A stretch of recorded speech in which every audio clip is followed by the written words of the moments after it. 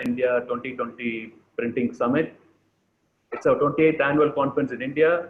First time in our history organized virtually due to COVID-19 pandemic. Welcome to our opening keynote speaker of the summit, Mr. Michael Stevens, Director of Print Masters from 9 Publishing Australia. Welcome, Michael. It's a challenging time for the industry. COVID-19 has disrupted our business, impacted our advertising revenue, kept the readers away from newspaper for some time, falling for the rumors that newspapers spread the virus. But thanks to the excellent measures by our publishers, supported by the print production managers, the newspaper distribution is brought back close to normal levels. And it has helped to reduce impact caused by COVID. At the just concluded India Media Leaders eSummit yesterday and the day before, the new program from WAN-IFRA, addressing the business and strategic issues of news publishing business, every other speaker stressed that engaged audience will never churn. This is done in various ways, and print managers have a role in enabling this engagement. Our speakers today and tomorrow will tell us more about it. This summit will look at how do we manage post-COVID challenge in our business, how do we revive the business, maintain our efficiency, and more importantly, sustaining them for many more days to come. We'll also hear from the best practices of similar other industries. Look forward to engaging and informative 2 days of learning, and please continue to remain online for the full time of the session. Tomorrow, we'll also present the winners of Best in Print Asia Awards based on the results of International Color Quality Club competition that just concluded. We also present the ISO Print Quality Certification to Metropolitan Media Company Limited, Bangalore, India's only publisher to have the distinction of receiving this certification. Before I invite our keynote speaker for his address, I would like to thank our exhibitors, TPI and Newstech India, for their support. Please take time to meet them virtually during the breaks.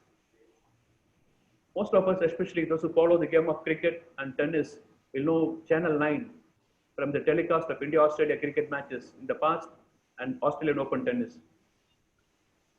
Publishing from Australia as 9 Publishing, after acquiring Fairfax Media, but with no printing plans of their own, they have a fascinating story to tell us. Michael Stevens, our opening keynote speaker, is the Director of Print Masters of 9 Publishing. A seasoned media professional with more than 40 years of experience working across metropolitan, regional, and community titles in Australia and New Zealand, Stevens is a former editor of the Canberra Times. He is now responsible for managing the titles including Sydney Morning Herald, The Age, and the Australian Financial Review.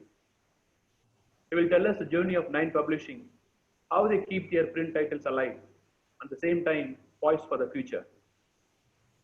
Before I hand over the session to Mr. Stevens, I request delegates to post your questions in the live Q&A box. Our speaker will answer them towards the end of the presentation.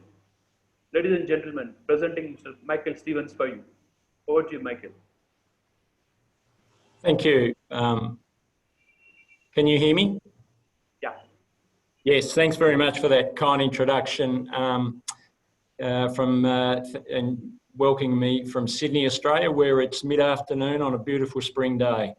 An apology up front, I'm being tested for COVID. I'm negative, so I'm safe, but I do have a slight cold and a cough. So I've come armed with a large container of water in case I cough. Indeed, it's really great to be part of the first virtual print summit. The fact that we aren't in the same conference room, but rather we're online, maybe joining from our own homes, from hundreds of different locations, is a clear demonstration that we're operating in and adapting to a very changed world from the one our print titles were born into. Today I've been asked to talk to you about sustaining efficiency and longevity of print and the impact of COVID, and will it shorten that longevity? I'm going to attempt to do that by telling a brief version of our own story, which has been touched on, and of our own experience. As has been said, I work for 9 Publishing, part of Australia's largest media company, and I'm responsible for the print mastheads. And, you know, quite frankly, if I boil it down to it, I'm responsible for keeping them profitable. I think it helps to understand where we have come from as a publisher to better understand where we are today, to understand a little bit about our DNA. That involves some of the decisions we have made and made a matter of years ago to ensure that we continue to operate profitably in the face of continuous flow of challenges. I'm going to start sharing my screen in a moment. Now, we've heard, well, I've certainly heard that COVID-19 referred to as a 1 in 100 year event, and maybe it is. There's no denying it's had an impact on our businesses. But we've seen, and probably all of us have seen, similar type of impacts many, many times. Certainly here in Australia, that's true. I started in media as a cadet journalist in the summer of 1979. Just a few years before my fellow Tasmanian, this little fella, Mr. David Boone, who I ghost wrote a column for many years. I started journalism shortly before he started his Test career for Australia, and as I understand it, is much loved by Indian cricket fans. For the first 20 years of my career, the biggest single change that was introduced in those 2 decades was the introduction of desktop computers and on-screen pagination. At the time, we thought it was a revolution. And overwhelmingly, the change was a positive one. However, the last 20 years has been nothing short of a constant revolution. Truth is, our traditional print businesses have been, every handful of years, contending with events, issues and innovation that have disrupted our business and challenged its profitability and indeed its very survival. I'm just going to start sharing my screen, so just bear with me a moment. Is there a prompt here somewhere where I can do that? Yes.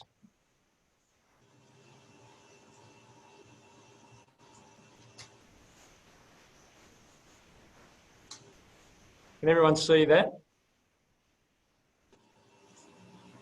Someone, McDoon, can you see my screen there?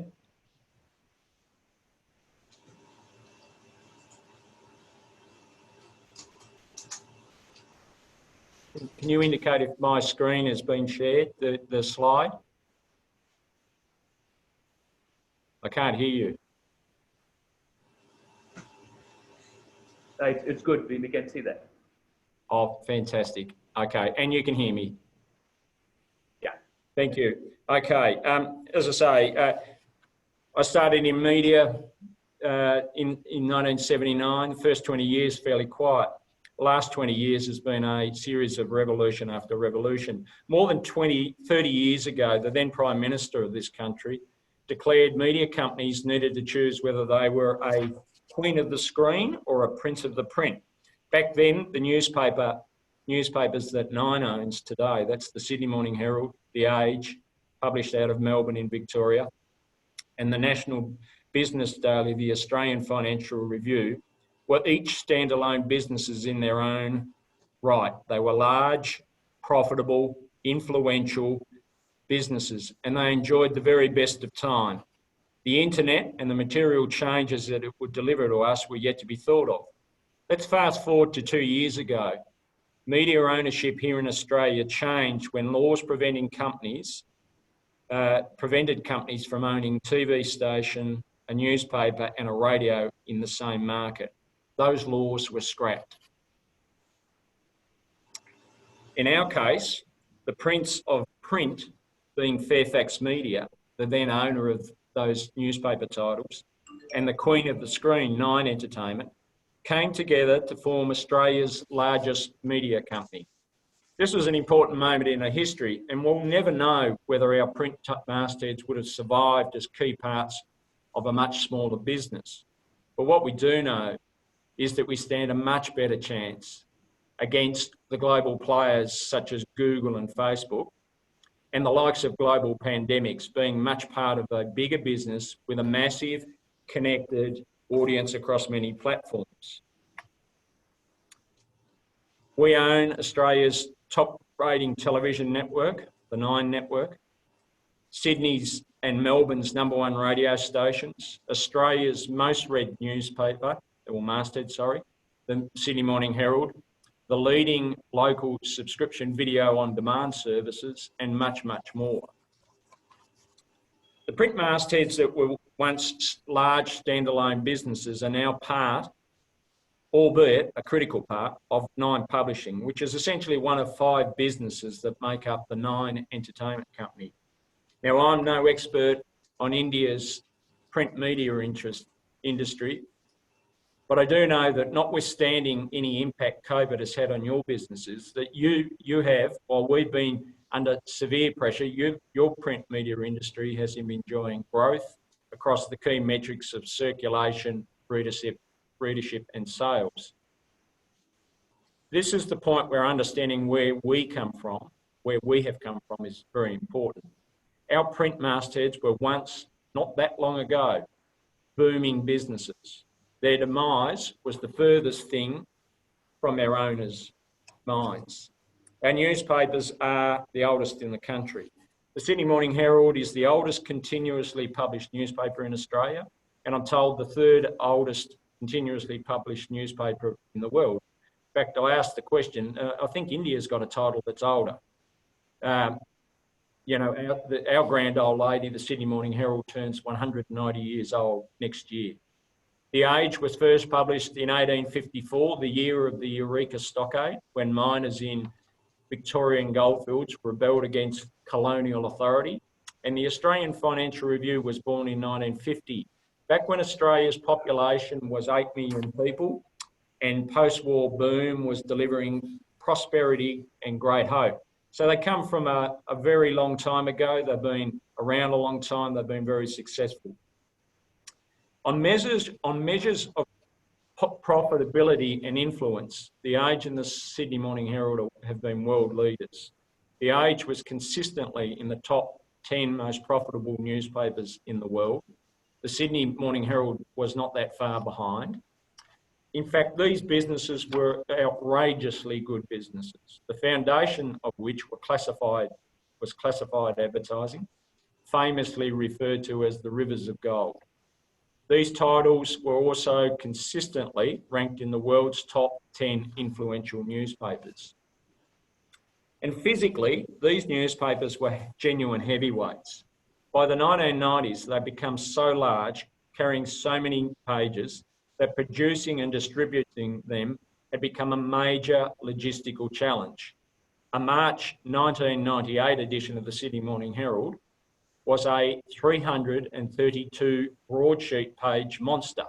At the time, it set what was believed to be a world record print and dispatch record across a 24-hour period. Saturday editions of The Age and the Sydney Morning Herald were regularly more than 200 broadsheet pages, plus inserted magazines. These were, as I say, very, very, very good businesses, and most of the advertising revenue landed on a Friday afternoon for a Saturday newspaper. It was all inbound. And yes, we even had our own plane. This photo predates the 1990s. Obviously, that car looks like it, or that truck's out of the 1940s, but it was a very wealthy, influential business. Now, much has changed, but one thing has not. At the core, we are a content company, and across all of Nine, we invest more than 1 billion Australian dollars in local journalism and content each year. The Sydney Morning Herald and The Age have never had a larger audience. The Herald online and in print is read by half the Australian adult population. It is Australia's most read publication, and The Age is the most read publication in Victoria. They're joined by the Australian Financial Review, as I say, our national business daily that commands a high digital and newsstand price point. In fact, I understand it's the most expensive subscription in the world for a newspaper, and remains an essential business tool for the nation's executive class. And then we have nine.com.au. This is a mass reach news site that also provides marketing support to our newer businesses, such as the Nine Now video on demand service. Across the portfolio, there are a number of business different business models. The Herald and the Age are focused on consumer subscription, so reader revenue via subscriptions. The Australian Financial Review on corporate subscriptions, so many businesses subscribe directly with us to have the Financial Review delivered, print or in digital form. And 9.com.au is an advertising funded business that, as I say, is primarily used to promote adjacent businesses. Our most recent results, excluding the COVID months, for our newspaper mastheads, again, we reported both advertising and subscription growth, a shift from most recent trends, and now more than half our revenue is coming from readers. But it wasn't always a positive story, and we've still got our challenges. 3 years ago, the mastheads were in terminal decline, with an annual cost out program struggling to keep pace with revenue losses. Thousands of jobs were made redundant in annual programs. And by the time we reached FY16, so financial year 16, we were modelling the possible closure of our print mastheads. And consider this all comes less than 20 years after those record-breaking additions and those boom times. It came very quickly. It seemed that everyone was predicting the end of print, and particularly for our titles. Close to 10 years ago, the management of Fairfax Media, the then owner of our print titles, was quite rightly foreseeing a future in which our publications were primarily digital and print was most likely an add-on for weekend editions. Internally, our staff believed that print was a loss maker, and that it was only a matter of time before the print titles were closed. Our rivals published weekly, sometimes daily commentary, saying that we would cease publication of our print titles. I took this photo in the Sydney Morning Herald newsroom about 6 years ago.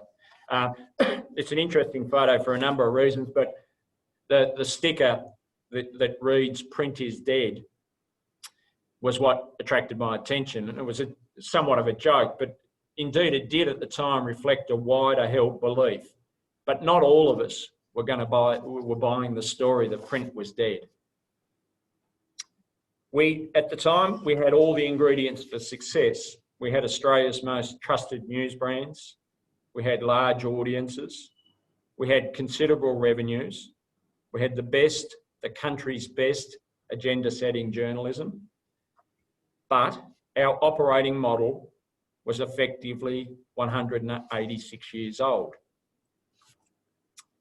So we set about reinventing the operating model from ground up with a dual approach that saw us build a growing digital business on a sustainable cost base and deliberately taking a more disciplined approach to print, one that focused on efficiencies and very selective investment. Excuse me.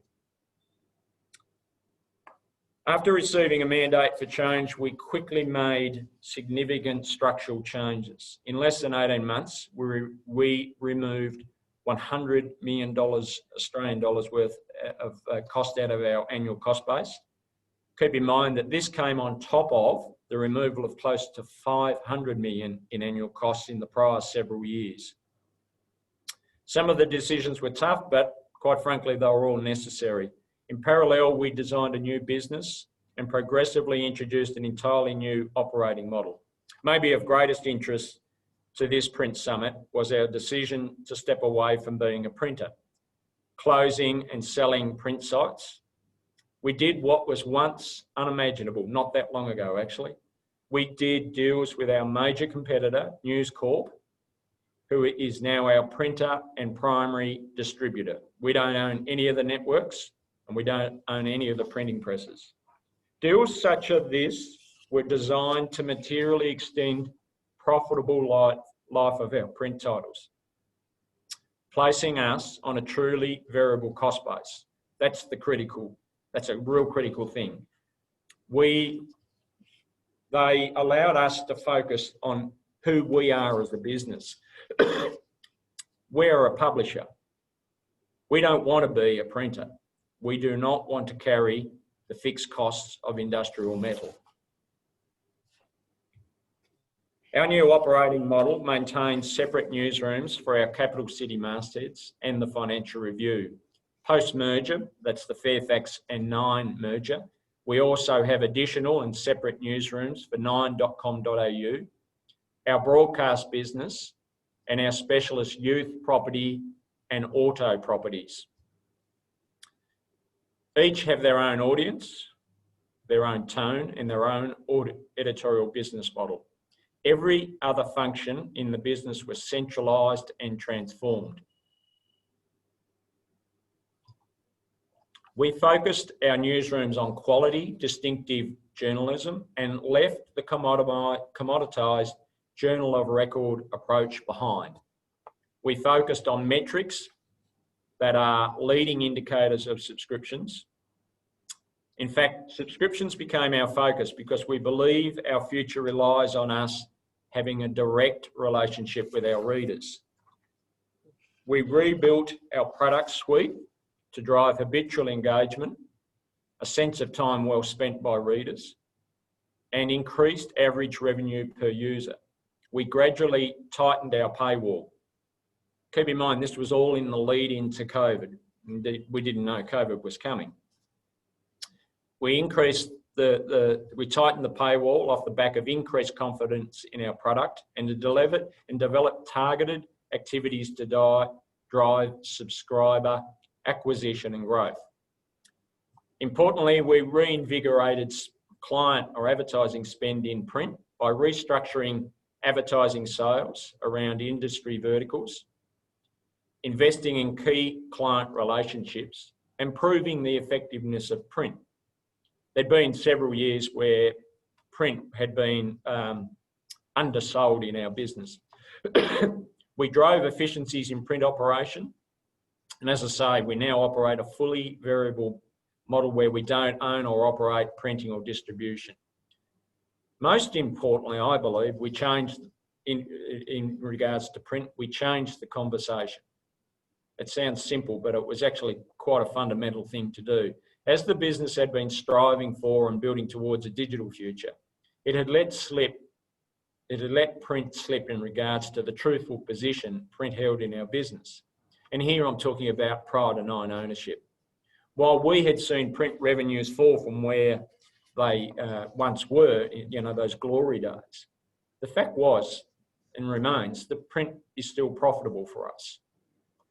So we let our staff know this and we let clients know this. That simple act was a game changer in how we were seen in the market and how our own staff saw print. Indeed, print was at that point most of the revenue in the business. So it was not only profitable, it was delivering most of the revenue. And we needed to maintain that profitability to allow us time to grow the digital business to a point where it can sustain our business. Indeed, print was our runway from which our digital business would be afforded time to launch. I'm sure that approach is, you've seen that approach with other publishers. So how did we go? We've posted the best business outcomes since the rivers of gold left the building. This slide shows up to FY19, the last financial year not impacted by COVID. And it shows that all revenue lines were in growth and earnings increased 74% year on year. It, as I understand it, is a unique story in the Western world for traditional media. And despite COVID having a material impact, particularly on print advertising and retail sales, single copy sales of newspapers across the second half of the next financial year, the one we just finished, FY20, we still finished that year in a very strong position. And throughout, we've continued to set the national agenda and lead positive change in our communities. A recent example includes the Age's stories that resulted in the sacking of a government minister and the resignation of 2 others. And important for our business throughout, our print mastheads remain profitable. So COVID, So the past few years for us had seen significant change to our business, not the least the country's most significant media merger. And of course, then COVID hit. As I say, no surprises that it's impacted materially our print retail and our advertising revenues.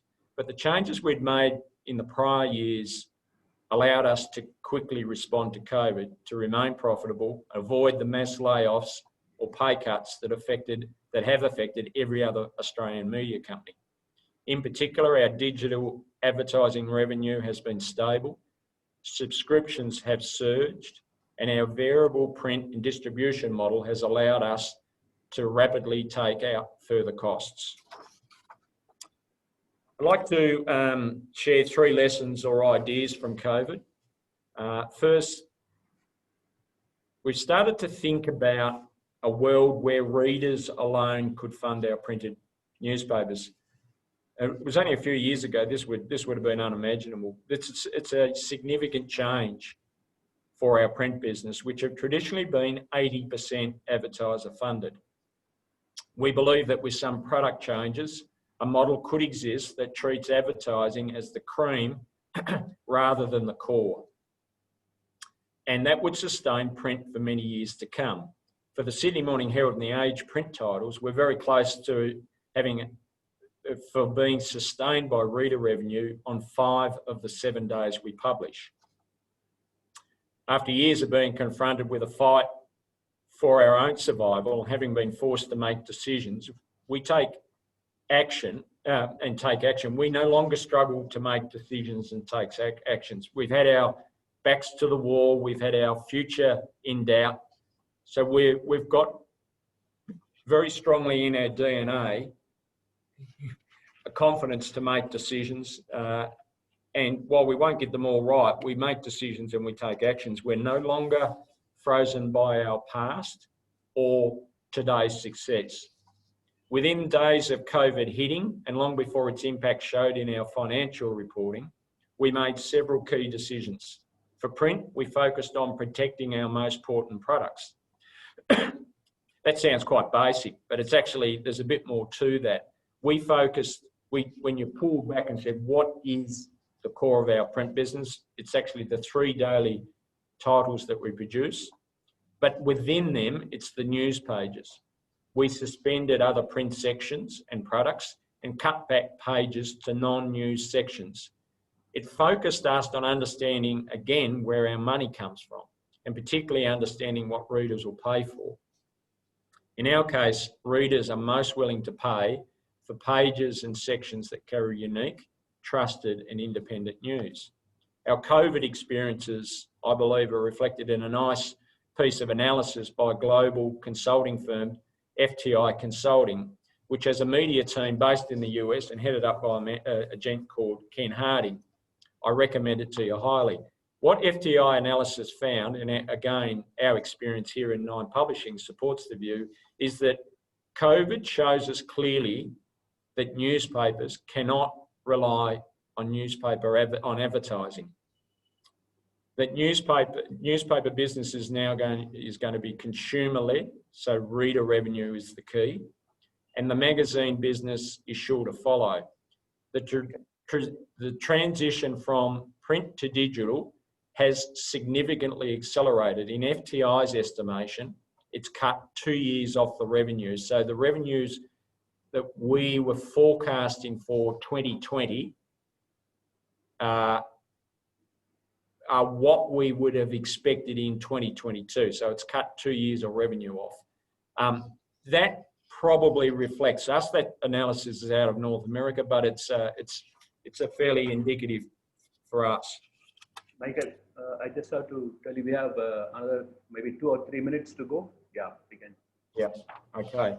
I won't spend too long on this one. So this is, before I continue on the COVID lessons, this is also from FTI, where they refer to the new normal. For me, it rings true. There's a couple of points in here that are worth looking at, I believe, and that is focusing on internal sales efforts only on key accounts, taking action to own and direct the relationship with readers via compelling subscriptions and understanding what it would take for print to be profitable from reader revenue. In the last couple of years, as I say, we've tightened our paywalls, making critical content, but throughout we made critical content available for free because it drives subscription. During last summer here in Australia, bushfires ravaged great slabs of the country, and particularly down the east coast.